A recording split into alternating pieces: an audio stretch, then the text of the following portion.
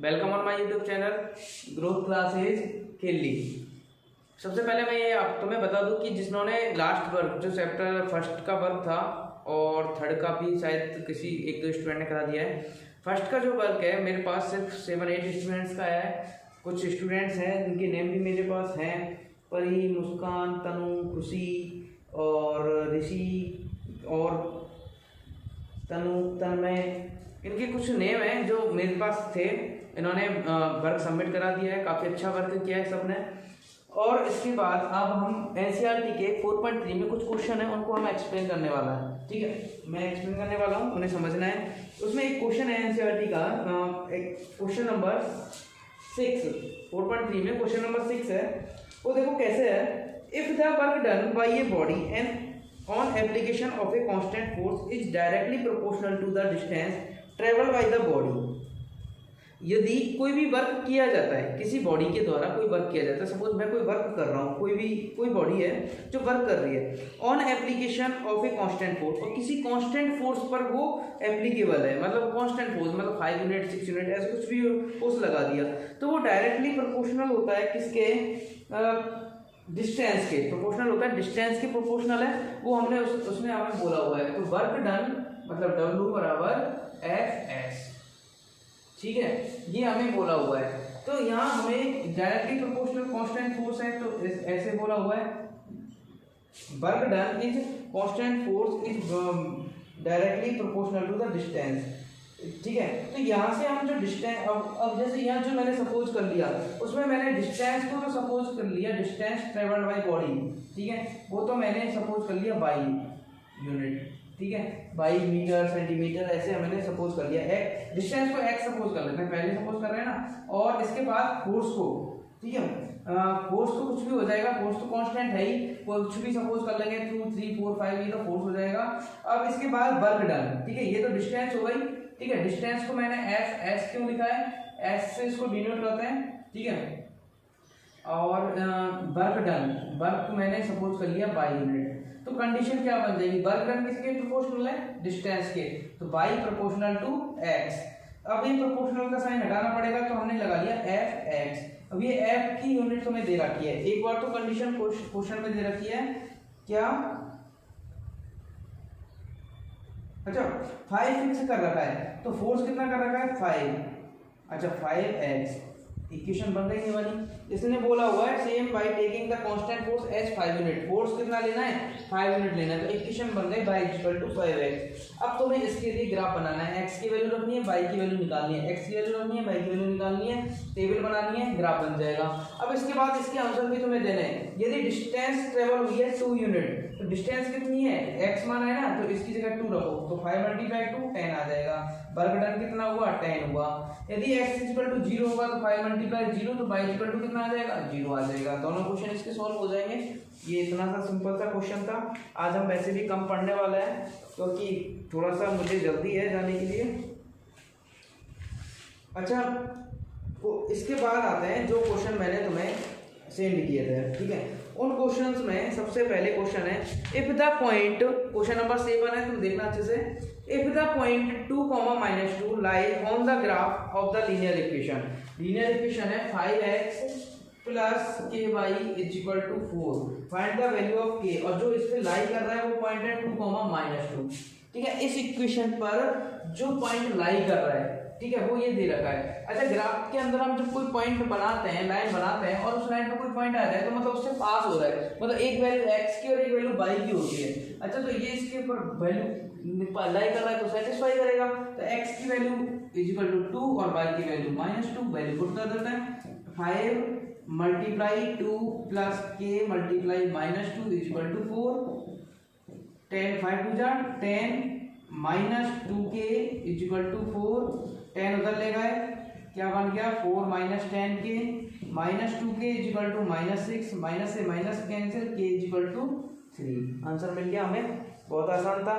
इसके बाद आते हैं सी के क्वेश्चन नंबर 10 पर। मैं सिर्फ लैंग्वेज समझाने वाला हूँ। देखो, a lending library has a fixed charge for the first 3 days and an additional charge for each day. Thereafter. एक लैंडिंग लाइब्रेरी है जहाँ उधार बुक्स मिल जाती है हमें कुछ टाइम के लिए, तो उस पर जो फिक्स चार्ज है वो फर्स्ट 3 डेज का है। तुम एक दिन रखो या 3 डेज रखो, तो वो चार्ज तो तुम्हारा लगना ही है। तो फिक्स चार्ज को मैंने सपोज किया x रुपये, ठीक है। और फिर उसके बाद यूनिट चार्ज जो मैं सपोज कर रहा हूँ एडिशनल चार्ज 22 रुपये पर डे, ठीक है। इसके बाद जो चार्ज लगेगा वो 22 रुपये पर डे लगेगा, ठीक है। तो देखो अब x रुपये देने के बाद तुम 3 डेज तो उसे रख ही सकते हो, उससे ज्यादा रखोगे तो पर डे के हिसाब से और चार्ज देना पड़ेगा। तो एक कौन है आरओसी पेड 27 रुपये, आरओसी में टोटल कितने रुपए पे किए 27 रुपये पे किए। और कितने दिन बुक को रखा 7 डेज। देखो 7 डेज रखा, 3 डेज तो उसके अलग हो गए, 4 अलग हो गए, क्योंकि 3 डेज का चार्ज तो x है ही, और 4 का कितना हो जाएगा 4 बाई, हो गई इक्वेशन, ठीक है। अच्छा इसके बाद आता है it fix charge x and y. इसने ये बोला हुआ है कि फिक्स चार्ज को x मानो, पर डे चार्ज को 22 रुपये मानो। तो इसके हिसाब से इक्वेशन बन गई हमारे पास x + 4y = 27 बन गई, नहीं बनी। अच्छा इसके बाद आता है क्वेश्चन नंबर 11 पर। A number is 27 more than number obtained by reversing its digit. देखो इसकी बात समझते हैं क्या कह रहा है। 2 डिजिट का नंबर है, ठीक है। 2 डिजिट का नंबर हमने एक xy लिया, xy 2 डिजिट नंबर अभी बस सोचा है, ठीक है, लेकिन नंबर किस फॉर्म में होगा 10x + y फॉर्म में होगा। रिवर्स के बाद क्या होगा बाई x मतलब 10y + x, होगा नहीं होगा। अच्छा ए नंबर, ठीक है, इसकी बात चल रही है, डिजिटल की बात चलती है, यहाँ जाते हैं। ए नंबर इज 27 मोर देन 27 ज्यादा है the number obtained by the reversing its digit. यदि इसकी डिजिट को रिवर्स कर दिया जाए तो नंबर बनेगा उससे 27 ज्यादा है। लो हो गया, एक नंबर उसकी डिजिट को रिवर्स करने के बाद जो नंबर बनता है उससे 27 ज्यादा है, तो इसमें 27 ऐड कर देंगे, इक्वेशन बन गई 10x + y = 10y + x + 27। इनको इधर ले आओ, x को इधर लाओगे 9x, 10y को इधर लाओगे -9y = 27, 9 का divide x - y = equation complete. अच्छा इसके बाद अच्छा इसमें ये और बोला हुआ है if unit digit and tens digit are x and y, unit digit को x मानना है, तो इसका मतलब हमने यहाँ रॉन्ग किया है इसको, ठीक है। हमारे हिसाब से सपोज नहीं कर सकते, ठीक है, रॉन्ग किया है क्योंकि इसमें क्वेश्चन ने फिक्स बोला है कि यूनिट डिजिट को x मानना है और टेंस डिजिट को y मानना है। तो नंबर तो तुम्हारे पास ये है, ठीक है, तो नंबर क्या बना 10y + x, ये तो तुम्हारा नंबर है, ठीक है। रिवर्स करने से क्या बनेगा 10x + y। अब इसमें 27 ऐड करना पड़ेगा, ध्यान रखना, ठीक है। अब 10x को इधर ले आते हैं तो माइनस के 9x हो जाएंगे, y को इधर लाएंगे तो +9y हो जाएंगे, 27 उधर है ही, क्या बन जाएगा x - x + y = 3। यदि हम बात करें x - y = -3, माइनस का कॉमन लेके माइनस का मल्टीप्लाई कर दे सब में, ठीक है, तो ऐसे बन जाएगा। तो ध्यान रखना है जो क्वेश्चन ने कहा है वैसा हमें करना है। इसके बाद यदि बात करें हम क्वेश्चन नंबर 20 की, तो Ravish tells his daughter Arushi, Ravish अपनी डॉटर को बताता है आरुषि को 7 इयर्स एगो, वो बता रहा है 7 इयर्स एगो, एज की बात चल रही है इसमें, ध्यान रखना। तो उनकी एज सपोज कर लेते हैं, रवीश की जो प्रेजेंट एज है, ठीक है, प्रेजेंट एज वो x ईयर है, ठीक है, और आरुषि की प्रेजेंट एज y ईयर है, ठीक है। इतना तो पता है कि x > y। 7 इयर्स एगो की बात कर रहे हैं, तो 7 इयर्स एगो इसकी हो जाएगी x - 7 और इसकी हो जाएगी y - 7। क्या बोला है I was 7 times as old as you, जितने तुम हो उसका 7 टाइम, ठीक है। पर एक बार ध्यान रख लो इसमें कौन की एज क्या दे रखी है, ये और सपोज कर देख लेना। Also 3 years from now, अच्छा अभी इसमें कुछ नहीं बोला हुआ, इसमें बोला हुआ है if present age of Arushi and Ravish, Arushi की x लेना है और रवीश की y लेना है, ये हो गई प्रॉब्लम। इसको तो x लेना है, इसको y लेना है, तो यहाँ से पता चल जाएगा y > x। अच्छा इसको हटा दो, अब यहाँ बात करें तो y - 7 और x - 7, ठीक है। वापस आते हैं क्वेश्चन पे, जैसा क्वेश्चन ने बोला हुआ है आरुषि की x बोला है उसने, रवीश की y बोला है, अपने मर्जी से तो कुछ भी सपोज कर लेते, लेकिन क्वेश्चन ने दे रखा है वैसा लेना है। 7 इयर्स एगो की बात हो गई, कौन बता रहा है, रवीश बता रहा है आरुषि को 7 years ago I was 7 times as old as you, मतलब जितने तुम थे उसका कितना था, मैं 7 टाइम्स था। तो ये रबिश की एज है, ये इसको बता रहा है, तो इसके इसी में मल्टीप्लाई होगा, ये भी फैक्ट है।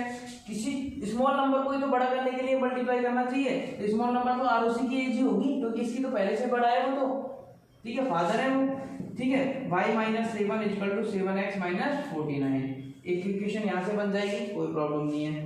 अच्छा, इसके बाद आल्सो 3 years फ्रॉम नाउ, अब से 3 years बाद, आफ्टर 3 year, इसकी एज हो जाएगी y प्लस 3, इसकी हो जाएगी x प्लस 3, कोई प्रॉब्लम नहीं होनी चाहिए। यहाँ तक प्रेजेंट एज से आगे बढ़ना है। अब हमें क्या हुआ, I shall be 3 times as old as you, ये अब की बार 3 टाइम है, तो y plus 3 equal to 3x plus 9, इसको सॉल्व कर लेंगे, एक और इक्वेशन बन जाएगी। अब क्वेश्चन ध्यान से सुनो, x y सपोज करना है, if the present age represent this situation graphically as well as algebraically as well as graphically. Algebraically तो हमने लिख दिया, अब ग्राफिकली इसको बनाना है, तो एक 4 सॉल्यूशन इसके लिए निकाल के एक लाइन इसके लिए बनानी है, ठीक है, 4 सॉल्यूशन निकाल के एक लाइन इसके लिए बनानी है, और दोनों कट करेंगे, ठीक है, जिस पॉइंट पर सपोज करो इस मैंने ग्राफ बनाया और इस पॉइंट पे कट कर रहा है, तो इस पॉइंट को नीचे की तरफ भी लाना है, इस पॉइंट को नीचे की, तो x पे जो कट करेगा तो वो x की वैल्यू, जो y पे कट करेगा वो y की वैल्यू। दैट्स क्लियर, ठीक है। इसके बाद 21, ROC was driving a car with uniform speed of 60 kilometre, speed दे रखी है हमें कितनी, 60 किलोमीटर पर आवर। पर देखो स्पीड वाले क्वेश्चन कैसे करना है, हमें एक फॉर्मूला याद रखना है। क्या फॉर्मूला याद रखना है कि distance is equal to speed multiply time, speed multiply time. Speed तो हमें 60 फिक्स कर दी, डिस्टेंस को हम x सपोज कर लेते हैं और टाइम को देख लेते हैं क्या सपोज कर रखा है इसमें, कुछ नहीं सपोज करा, कोई प्रॉब्लम नहीं है, तो हम अपनी मर्जी से डिस्टेंस को x, टाइम को y सपोज कर लिया हमने, तो x इक्वल टू 60y। अब हमें यहाँ से ग्राफ बनाना है, एक बार हम y की वैल्यू रखते जाएंगे, x की वैल्यू निकालते जाएंगे, यहाँ से कोई प्रॉब्लम नहीं है, स्केल भी हम ले लेंगे हमारे हिसाब से। अब उसके बाद उसने बोला है यदि 2.5 आवर के बाद कितनी डिस्टेंस उसने ट्रेवल की, तो x equal to 60 multiply half hour, मतलब यहाँ रखना है, कितना हो गया 5/2, 2 से कट करेंगे 30, कितना आ जाएगा 5 3 15, x इक्वल टू 150 किलोमीटर। ऐसे ही इसमें हाफ आवर मल्टीप्लाई करेंगे, 60 मल्टीप्लाई हाफ, कितना आ जाएगा 30 किलोमीटर, कोई प्रॉब्लम नहीं है। यहाँ ग्राफ किसके लिए बनाना है, x इक्वल टू 60y के लिए, ठीक है, और हमें ग्राफ बनाने वाली यूनिट कंप्लीट हो गई, ठीक है। अब इसके बाद हम एक लास्ट पार्ट पढ़ने वाले हैं इस चैप्टर का, जिसमें हम x एक्सिस और y एक्सिस के पैरेलल लाइन बनाना सीखने वाले हैं, कि x उनका मतलब समझने वाले हैं, कैसे ये पैरेलल लाइंस बनती हैं, क्या इनका मीन होता है, कैसे बन सकती हैं और क्यों बनती हैं ये लाइंस, उनको हमें सीखना है, ठीक है। अब मैं एक चीज और समझा देता हूँ तुम्हें, जैसे सपोज करो क्वेश्चन लिखा हुआ है y मॉडुलस x, 15-16 वाला क्वेश्चन है, देख लेना। इस मॉडुलस का मतलब क्या होता है कि x की वैल्यू चाहे नेगेटिव पुट करो चाहे पॉजिटिव पुट करो, बाहर निकल के तो पॉजिटिव ही आएगी। जैसे मान लो x की वैल्यू तुमने -1 पुट की, तो y इक्वल टू कितना हो जाएगा 1, क्योंकि -1 पुट करोगे तो 1 ही बनेगा बाद में सॉल्व होने के बाद। तो इस चीज का हमें ध्यान रखना है कि अब जैसे 1 पुट किया तो भी 1 बनेगा, x की वैल्यू 1 तो y इक्वल टू 1 उस टाइम भी। तो हमें क्या करना है, ग्राफ, 2 ग्राफ बनेंगे, एक मॉडुलस वाले के हमेशा क्या बनेंगे, इसको एब्सोल्यूट बोल लो या मॉडुलस बोल लो, ठीक है, इनके क्या बनेंगे 2 ग्राफ बनते हैं। तो एक बार x की पॉजिटिव वैल्यू लेने से और x की नेगेटिव वैल्यू लेने से, सारी नेगेटिव x की सारी नेगेटिव वैल्यू होंगी, इधर x की सारी पॉजिटिव वैल्यू होंगी। तो y का ग्राफ, y जैसे x की, एक बार हमने क्या किया, इसको सॉल्व कर लेते हैं, चलो थोड़ा सा, ठीक है। इधर मैंने x इक्वल टू 1 2 3 4 रखा, पॉजिटिव रखे, तो y भी क्या आ जाएगा 1 2 3 4। अच्छा, इधर मैंने x की वैल्यू -1 -2 -3 -4 रखा, तो मॉडुलस है ना, इसके अंदर बाहर निकलने से पॉजिटिव बनेगा, 1 2 3 4 आएगा, कोई प्रॉब्लम। अब इनसे हमें ग्राफ बनाना है, इधर से 1, 1 बना कोऑर्डिनेट, 2, 2, इधर से -1, 1 तो इन दोनों का हमें ग्राफ बनाना है और दोनों का ग्राफ जहाँ कहीं भी कट करेगा वो कट जाएगा, एक ही ग्राफ के अंदर ये ड्रॉ हो जाएंगे, कोई प्रॉब्लम नहीं है। आज के लिए इतना ही। हमने कई सारे क्वेश्चन यहाँ कर लिए, जो डाउट हो सकते थे वो मैंने समझा दिए हैं। अब इसके अलावा हम 1.4 नेक्स्ट क्लास में सॉल्व करेंगे। जैसे ही सॉल्व करेंगे वो चैप्टर यहाँ कंप्लीट हो जाएगा। इसके बाद हम नेक्स्ट चैप्टर और पढ़ेंगे। आज के लिए इतना ही। Thank you so much.